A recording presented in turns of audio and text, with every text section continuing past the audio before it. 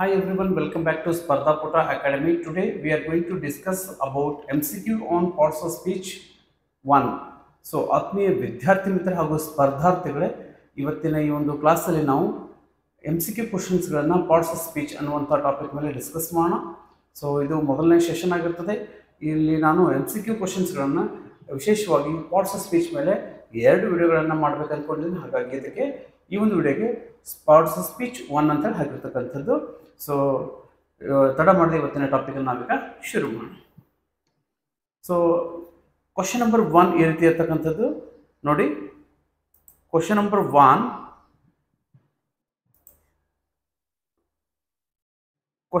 1, I bought a beautiful dress at the mall. So ನಾನು ಸುಂದರವಾದ ಬಟ್ಟೆಗಳನ್ನು ಮಾಲ್ನಿಂದ ತಂದಿದ್ದೆ ಅಂತ. ಸೊ ಇಲ್ಲಿ ತಂದಿರ್ತಕ್ಕಂಥ ಬಟ್ಟೆ ಎಲ್ಲಿ ಅಂತ ಹೇಳ್ತಿದ್ದೀವಿ.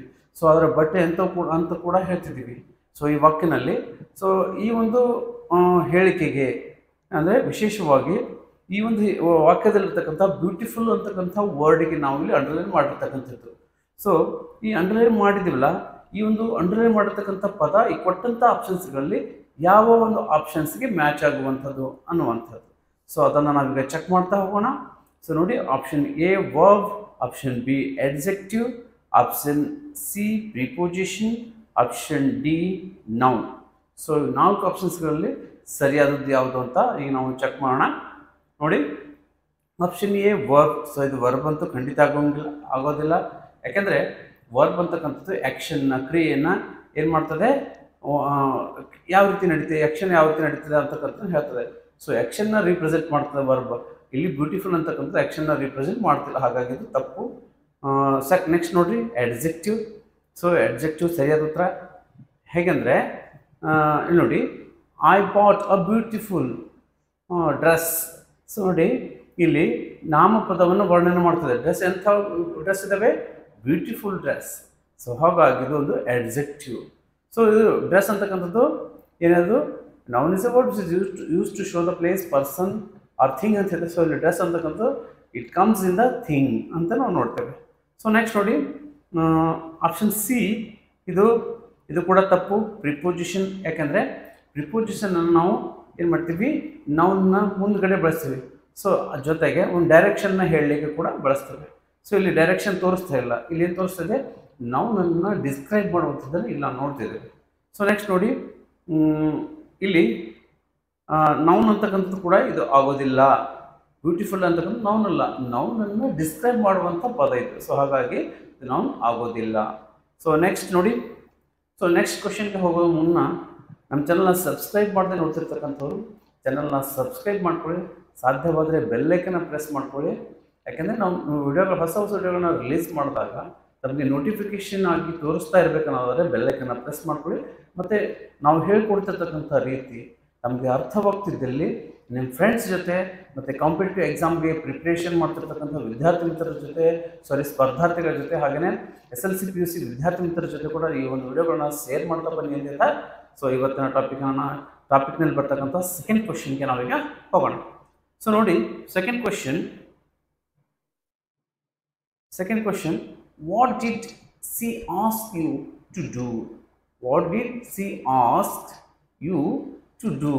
ಸೊ ಅವರಿಗೆ ಏನು ಮಾಡೋದಕ್ಕೆ ಕೇಳಿದ್ದು ಅನ್ನುವಂಥದ್ದು. ಸೊ ನೋಡಿ, option A adverb, option B conjunction, option C preposition, option D pronoun. So which one is the right answer here? So ಈ 4 ಆಪ್ಷನ್ಸ್ಗಳಲ್ಲಿ ಸರಿಯಾದ ಹೊಂದಾಣಿಕೆ ಅಂದರೆ ಈ ಸಿ ಅಂತಕ್ಕಂಥದ್ದು ಈ 4 ಆಪ್ಷನ್ಸ್ಗಳಲ್ಲಿ ಯಾವ ಗುಂಪಿಗೆ ಸೇರ್ತದೆ ಅಂದರೆ adverb ಆಗ್ತದೋ ಅಥವಾ ಕಂಜಂಕ್ಷನ್ ಆಗ್ತದೋ ಅಥವಾ ಪ್ರಿಪೋಸಿಷನ್ ಆಗ್ತದೋ ಅಥವಾ pronoun ಆಗ್ತದೋ ಅಂತ ನೋಡೋಣ. ನೋಡಿ, ನಾವು ಈಗಾಗಲೇ ಈ ಪಾರ್ಟ್ಸ್ ಆಫ್ ಸ್ಪೀಚ್ಗೆ ಸಂಬಂಧಪಟ್ಟಂಥ ವಿವರವಾದ ವಿಡಿಯೋಗಳನ್ನು ಮಾಡಿದ್ದೇವೆ. ಸೊ ಪ್ರತಿ ಟಾಪಿಕ್ಗೂ ಕೂಡ ವಿವರವಾಗಿ ಸ್ಪಷ್ಟವಾಗಿ ಒಂದು ಮಾಹಿತಿಯನ್ನು ಕೊಟ್ಟಿದ್ದೇವೆ, ಸ್ಪಷ್ಟವಾಗಿ ಹೇಳ್ಕೊಟ್ಟಿದ್ದೇವೆ. ಸೊ ಅದನ್ನು ನಮ್ಮ ಈ ಒಂದು ಸ್ಪರ್ಧಾಪೂಟ ಅಕಾಡೆಮಿ ಅನ್ನುವಂಥ ಚಾನಲ್ನಲ್ಲಿ ಆ ವಿಡಿಯೋಗಳು ಲಭ್ಯವಿವೆ. ಪ್ರತಿಯೊಂದು ಆಯ್ಕೆಯ ಮೇಲೆ adverb ಮೇಲಿದೆ, ಕಂಜಂಕ್ಷನ್ ಮೇಲಿದೆ, ಪ್ರಿಪೋಸಿಷನ್ ಮೇಲಿದೆ, ಆಮೇಲೆ ಪ್ರೊನೌನ್ ಅನ್ನುವಂಥ ಟಾಪಿಕ್ ಮೇಲೆ ಕೂಡ ನಮ್ಮಲ್ಲಿ ಸಾಕಷ್ಟು ವಿಡಿಯೋಗಳಿವೆ. ಸೊ ಅವುಗಳನ್ನು ನೋಡಿ ತಮಗೆ ಈ ರೀತಿಯಂಥ ಕ್ವಶನ್ಸ್ಗಳನ್ನ ಸಾಲ್ವ್ ಮಾಡಲಿಕ್ಕೆ ಇನ್ನಷ್ಟು ಅನುಕೂಲ ಆಗ್ತದೆ ಅಂತ ಹೇಳ್ತಾ, ಸೊ ಈಗ ನಾವು ಆಪ್ಷನ್ಸ್ಗಳ ಬಗ್ಗೆ ಡಿಸ್ಕಸ್ ಮಾಡೋಣ. ನೋಡಿ, ಆಪ್ಷನ್ ಎ ಅಡ್ವರ್ಬ್. ಸೊ ಇಲ್ಲಿ ಸಿ ಅಂತಕ್ಕಂಥದ್ದು ಅಡ್ವರ್ಬ್ ಆಗೋದಿಲ್ಲ. ಅಡ್ವರ್ಬ್ ಯಾವುದರ ಒಂದು ಯಾವ ಒಂದು ವರ್ಡನ್ನು ರಿಪ್ರೆಸೆಂಟ್ ಮಾಡ್ತಂದ್ರೆ ಅಡ್ವರ್ಬ್ ಅಂತಕ್ಕಂಥದ್ದು ಕ್ರಿಯೆಯನ್ನು ವರ್ಣಿಸುವಂಥ ಪದವಾಗಿರ್ತದೆ. ಸೊ ಇಲ್ಲಿ ಕ್ರಿಯೆಯನ್ನು ಸಿ ಅಂತಕ್ಕಂಥದ್ದು ಕ್ರಿಯೆನೂ ಅಲ್ಲ, ಕ್ರಿಯೆಯನ್ನು ವರ್ಣಿಸ್ತಾ ಕೂಡ ಇಲ್ಲ. ಸೊ ನೆಕ್ಸ್ಟ್ ನೋಡಿ ಕಂಜಂಕ್ಷನ್. ಕಂಜಂಕ್ಷನ್ ಅಂತಕ್ಕಂಥದ್ದು ಎರಡು ವಾಕ್ಯಗಳನ್ನು ಜೋಡಣೆ ಮಾಡಲಿಕ್ಕೆ ನಾವು ಬಳಸ್ತೀವಿ. ಸೊ ಇಲ್ಲಿ ಸಿ ಅಂತಕ್ಕಂಥದ್ದು ಕಂಜಂಕ್ಷನ್ ಯಾವುದು ಮಾಡ್ತಿಲ್ಲ, ಅಂದರೆ ಎರಡು ವಾಕ್ಯಗಳನ್ನ ಜೋಡಣೆ ಮಾಡ್ತಿಲ್ಲ. So next option C preposition. So ನಾವು ಈಗಾಗಲೇ ಹೇಳಿದ್ವಿ ಪ್ರಿಪೋಸಿಷನ್ನ ಡೈರೆಕ್ಷನ್ ತೋರಿಸ್ಲಿಕ್ಕೆ ನಾವು ಬಳಸ್ತೀವಿ. ಸೊ ಹಾಗೆಯೇ ನೌನ್ಸ್ಗಳ ಮುಂದ್ಗಡೆ ಬಳಸ್ತೀವಿ. ಸೊ ಇಲ್ಲಿ ಕೂಡ ಇಲ್ಲ. ಸೊ ನೆಕ್ಸ್ಟ್ ನೋಡಿ next pronoun. Pronoun is the right answer. So pronoun ಅಂದ್ರೇನು? ಸೊ ನಾಮಪದಗಳ ಬದಲಾಗಿ ನಾವೇನು ಮಾಡ್ತೀವಿ, ನೌನ್ಗಳನ್ನು ಬಳಸ್ತೀವಿ. ಸೊ ಇಲ್ಲಿ ಸಿ ಅಂದರೆ ಯಾರೋ ಒಬ್ರು ಇದ್ದಾರೆ, ಅವರ ಬದಲಾಗಿ ನಾನು ಬಳಸ್ತೀವಿ ಸಿ ಅಂತ ಇಲ್ಲಿ ಬರ್ದಿರ್ತಕ್ಕಂಥದ್ದು. ಅಂದರೆ ನಾವು ಒಂದು ನೌನನ್ನು ಪದೇ ಪದೇ ಬಳಸಬಾರ್ದು ಅಂತೇಳಿ ಕೆಲವೊಂದ್ಸಲ ಪ್ರನೌನನ್ನು ಬಳಸ್ತಿಲ್ಲ. ಸೊ ಹಾಗೆ ಸಿ ಅಂತಕ್ಕಂಥವ್ರಿಗೆ ಯಾರೋ ಸಮೂಹ ಇದ್ದಾರೆ. ಸೊ ಅದನ್ನು ನಾವು ಸಿ ಅಂತೇಳಿ ಬರ್ದಿರ್ತಕ್ಕಂಥದ್ದು. ಸೊ ಸಿ ಅಂತಕ್ಕಂಥದ್ದು ಸಹಜವಾಗಿ ತಮಗೆ ಗೊತ್ತಿರ್ತಕ್ಕಂಥದ್ದು ಪ್ರನೌನ್. ಸೊ ಹಾಗಾಗಿ option D is the right answer. So next ನೋಡಿ question number 3. So question number 3 ಏನಾಯ್ತು ನೋಡಿ, I left my shoes under the kitchen table. I left my shoes under the kitchen table. ನಾನು ನನ್ನ ಶೂಸ್ಗಳನ್ನು kitchen table ಕೆಳಗಡೆ ಇಟ್ಟು ಬಂದೇನೆ, ಮರ್ತಿದ್ದೆ ಅಂತ ಹೇಳ್ತೀವಲ್ಲ. So next ನೋಡಿ ಆಪ್ಷನ್ಸ್ಗಳನ್ನು ನೋಡೋಣ. ಸೊ ಫಸ್ಟ್ ಆಪ್ಷನ್ ನೋಡಿ noun, option B adjective, option C pronoun, so option D preposition. So noun, adjective, pronoun, preposition. So 4 ಆಪ್ಷನ್ಸ್ಗಳಲ್ಲಿ ಸರಿಯಾದದ್ದು ಯಾವುದು ಅಂತ ಈಗ ಚೆಕ್ ಮಾಡೋಣ.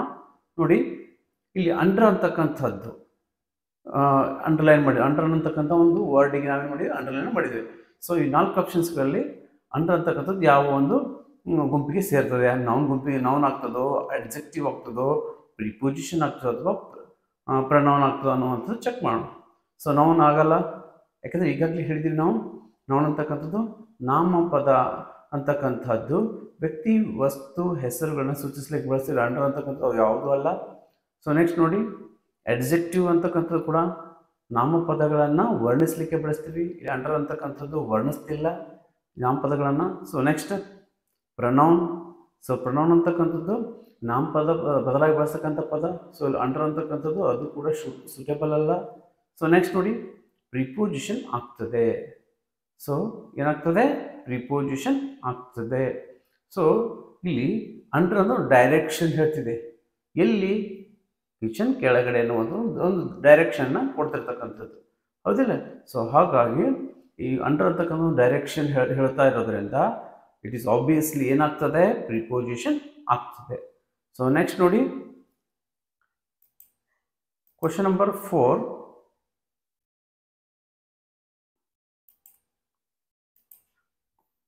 Question number 4.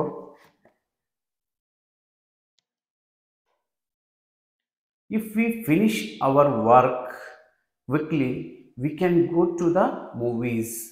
ಒಂದು ವೇಳೆ ನಾವು ಬೇಗ ನಮ್ಮ ಕೆಲಸವನ್ನು ಮುಗಿಸಿದೀವಿ ಅಂದರೆ ನಾವು ಮೂವೀಸ್ಗಳಿಗೆ ಹೋಗ್ಬೋದು ಅಂತ. ಸೊ ನೋಡಿ ಇಲ್ಲಿ ಆಪ್ಷನ್ಸ್ಗಳನ್ನ ನೋಡೋಣ. ಕ್ವಿಕ್ಲಿ ಅಂತಕ್ಕಂಥದ್ದಕ್ಕೆ ಇಲ್ಲಿ ನಾವು ಅಂಡರ್ಲೈನ್ ಮಾಡಿರ್ತಕ್ಕಂಥದ್ದು ಕ್ವಿಕ್ಲಿ. ಇವು 4 ಆಪ್ಷನ್ಸ್ಗಳಲ್ಲಿ ಯಾವ ಗುಂಪಿಗೆ ಸೇರ್ತಾ ನೋಡೋಣ. ನೋಡಿ option A adverb, option B adjective, option C conjunction, option D verb. So ಇಲ್ಲಿ ಕ್ವಿಕ್ಲಿ ಅಂತಕ್ಕಂಥದ್ದು ಖಂಡಿತ ಅಡ್ವರ್ಬ್ ಅಂತ ಆಗ್ತದೆ. ಸೊ ಹೇಗಂದರೆ ಅಡ್ವರ್ಬ್ ಅಂತಕ್ಕಂಥದ್ದು adverb is a word which is use to describe a noun. Adverb ಅಂತಕ್ಕಂಥದ್ದನ್ನು ನಾವು ಯಾವುದಕ್ಕೆ ಉಪಯೋಗಿಸ್ತೀವಪ್ಪ ಅಂದರೆ ನೌನ್ಗಳು adverb is a word which is use to describe verb. So ನಾವು ಕ್ರಿಯಾಪದಗಳನ್ನು ವರ್ಣಿಸಲಿಕ್ಕೆ ಅಡ್ವರ್ಬನ್ನು ಬಳಸ್ತೀವಿ. ಸೊ ಇಲ್ಲಿ ಕ್ವಿಕ್ಲಿ ಅಂತಕ್ಕಂಥದ್ದು ಯಾವುದನ್ನು ವರ್ಣಿಸ್ತಿದೆ? ವರ್ಕನ್ನು. ಸೊ ಯಾವುದಕ್ಕೆ ವರ್ಣಿಸ್ತಿದೆ? ವರ್ಕ್ ಏನಿದು? Main verb.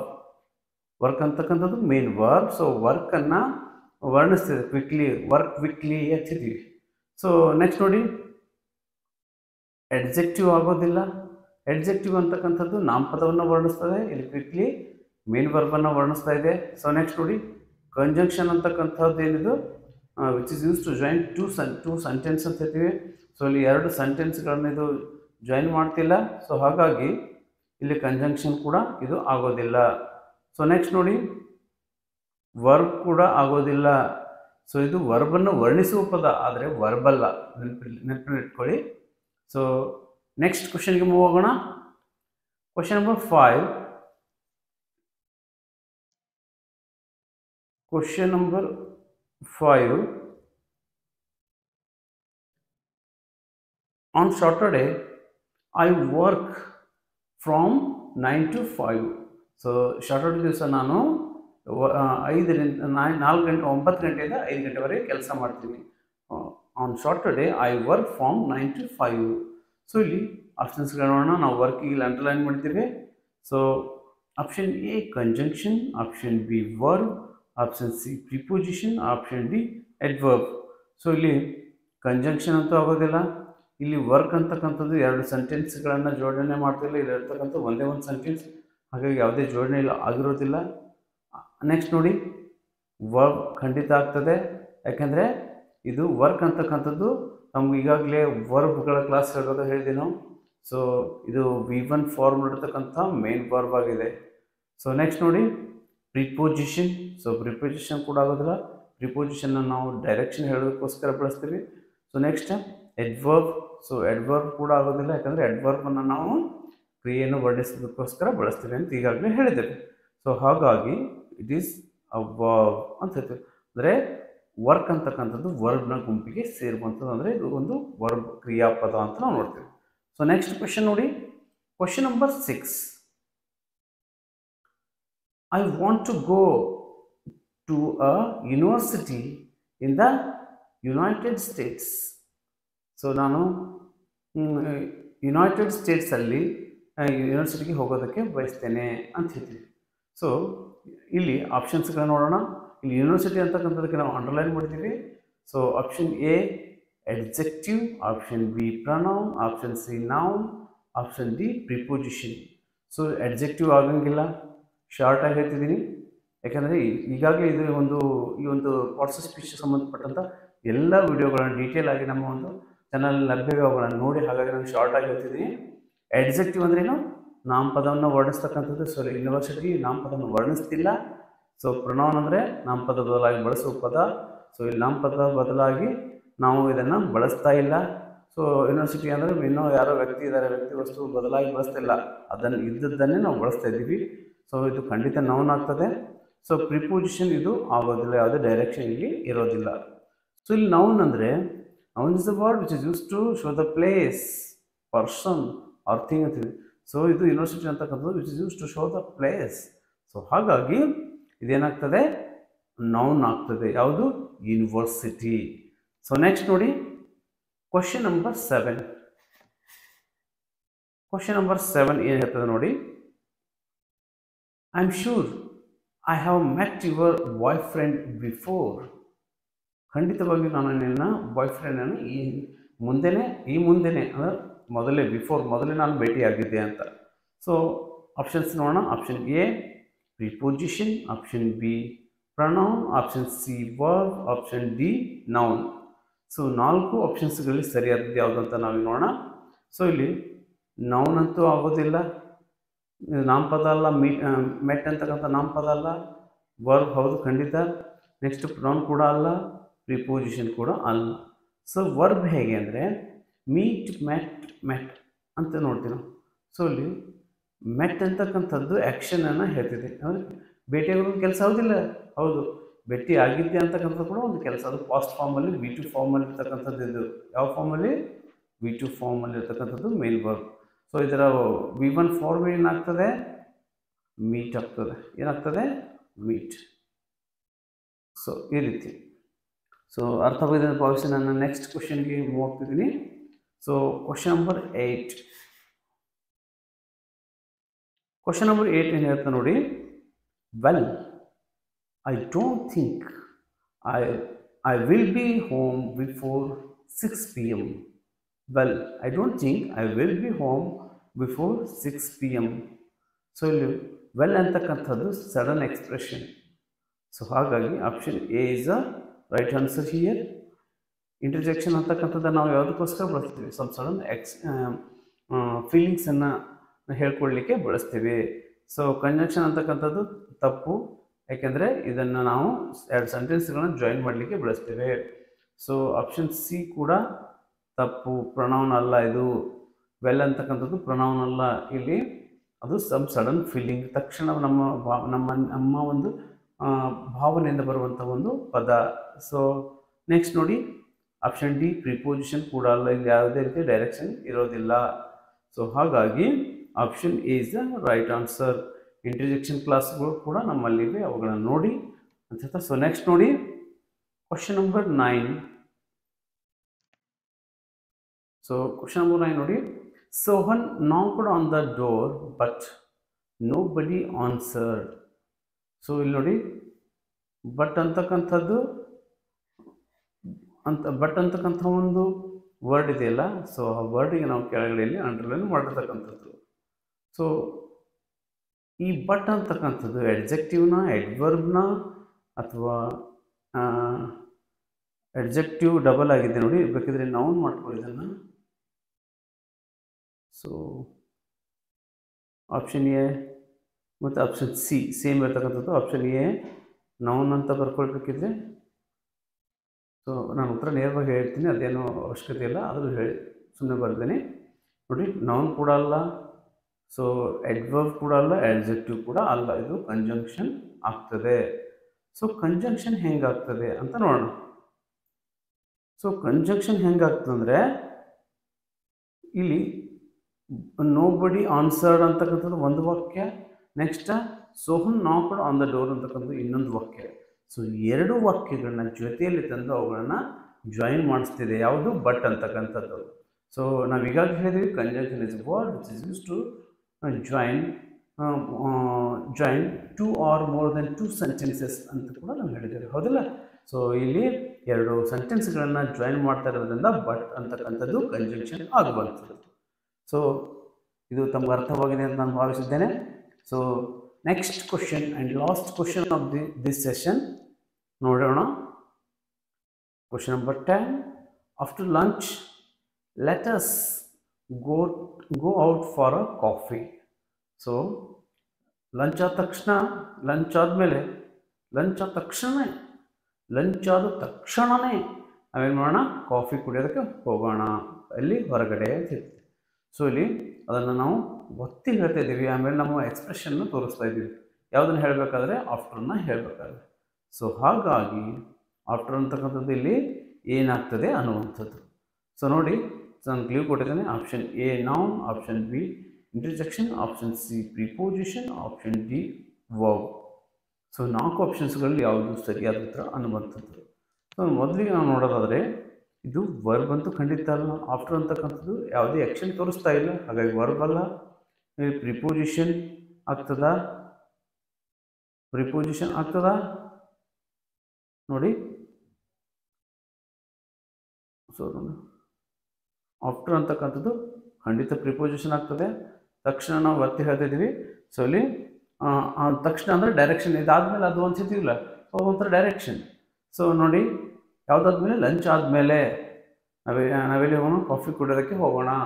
ಸೊ ಇಂಡೈರೆಕ್ಟ್ಲಿ ಒಂಥರ ಇದು ಕೂಡ ಡೈರೆಕ್ಷನ್, ಹಾಗಾಗಿ ಇದು ಪ್ರಿಪೋಸಿಷನ್ ಆಗ್ತದೆ. ಇಂಟರ್ಜೆಕ್ಷನ್ ಅಂತಕ್ಕಂಥದ್ದು ಇದು ಭಾವನೆಗಳಿಗೆ ಸಂಬಂಧಿಸಿದ್ದು. ಸೊ ಇದು ಭಾವನೆಗಳು ಇಲ್ಲಿ ಯಾವುದು? ಆಫ್ಟರ್ ಅಂತಕ್ಕಂಥ ವರ್ಡಲ್ಲಿ ಯಾವುದೋ ಭಾವನೆ ಇದೆಯಾ? ಇಲ್ಲ. ಸೊ ಅದೇ well done, wow, beautiful, ouch ಹೇಳ್ತೀವಲ್ಲ. ಸೊ ಇಂಥ ವರ್ಡ್ಗಳು ಬಂದರೆ ಅದೇನಾಗ್ತಿರ್ತದೆ? ಅಲ್ಲಿ ಇಂಟರ್ಜೆಕ್ಷನ್ ಆಗಿರ್ತದೆ. ಸೊ ನೆಕ್ಸ್ಟ್ ನೋಡಿ, ನೌನ್ ಕೂಡ ಅಲ್ಲ. ನೌನ್ ಅಂತಕ್ಕಂಥದ್ದು ನಾಮಪದಗಳನ್ನ ರಿಪ್ರೆಸೆಂಟ್ ಮಾಡುವಂಥ ವರ್ಡ್. ಸೊ ಇಲ್ಲಿ ಆಫ್ಟರ್ ಅಂತಕ್ಕಂಥದ್ದು ನಾಮಪದವನ್ನು ರಿಪ್ರೆಸೆಂಟ್ ಮಾಡ್ತಿಲ್ಲ. ಸೊ ಅರ್ಥವಾಗಿದೆ ಅಂತ ಭಾವಿಸಿದ್ದೇನೆ.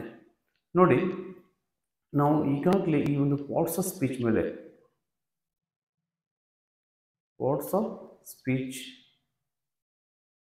ಸ್ಪೀಚ್ ಮೇಲೆ ಪ್ರತಿಯೊಂದು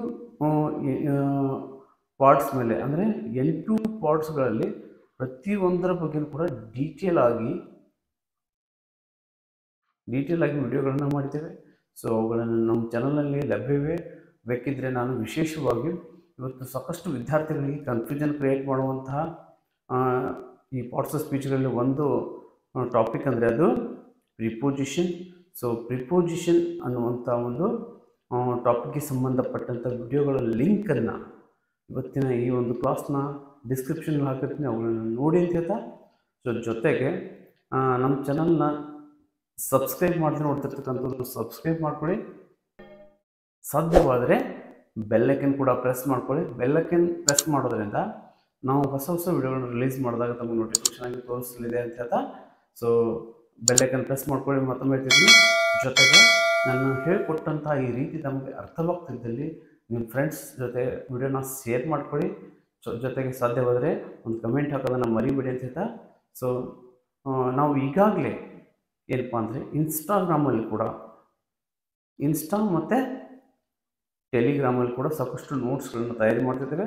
ಸೊ ಹಾಗಾಗಿ ತಮಗೆ ನೋಟ್ಸ್ ಬೇಕು ಅನ್ನೋದಾದರೆ ತಾವೇನು ಮಾಡಬೇಕು, ಇನ್ಸ್ಟಾ ಮತ್ತು ಟೆಲಿಗ್ರಾಮ್ ಅಲ್ಲಿ ಕೂಡ ಸ್ಪರ್ಧಾಪುಟ ಅಕಾಡೆಮಿ ಅಂಥೇಳಿ ಒಂದು ಚಾನಲ್ ಇರ್ತಕ್ಕಂಥದ್ದು. ಸೊ ಅಲ್ಲಿ ಕೂಡ ಅದೇ Spardhaputa academy Telegram, Spardhaputa academy Instagram. So ಆ ಒಂದು 2 ಐಡಿಗಳನ್ನು ಸಬ್ಸ್ಕ್ರೈಬ್ ಮಾಡ್ಕೊಳ್ಳಿ ಮತ್ತು ಫಾಲೋ ಮಾಡ್ಕೊಳ್ಳಿ. ಸೊ ತಮಗೆ ನೋಟ್ಸ್ಗಳು ಸಿಗಲಿವೆ ಅಂತ ಹೇಳ್ತಾ. ಸೊ ನೆಕ್ಸ್ಟ್ ವಿಡಿಯೋನಲ್ಲಿ ಮತ್ತೆ ಭೇಟಿಯಾಗೋಣ. ಅಲ್ಲಿವರೆಗೂ ತಮ್ಮೆಲ್ಲರಿಗೂ ಧನ್ಯವಾದ. Thank you. ಜೈ ಹಿಂದ್.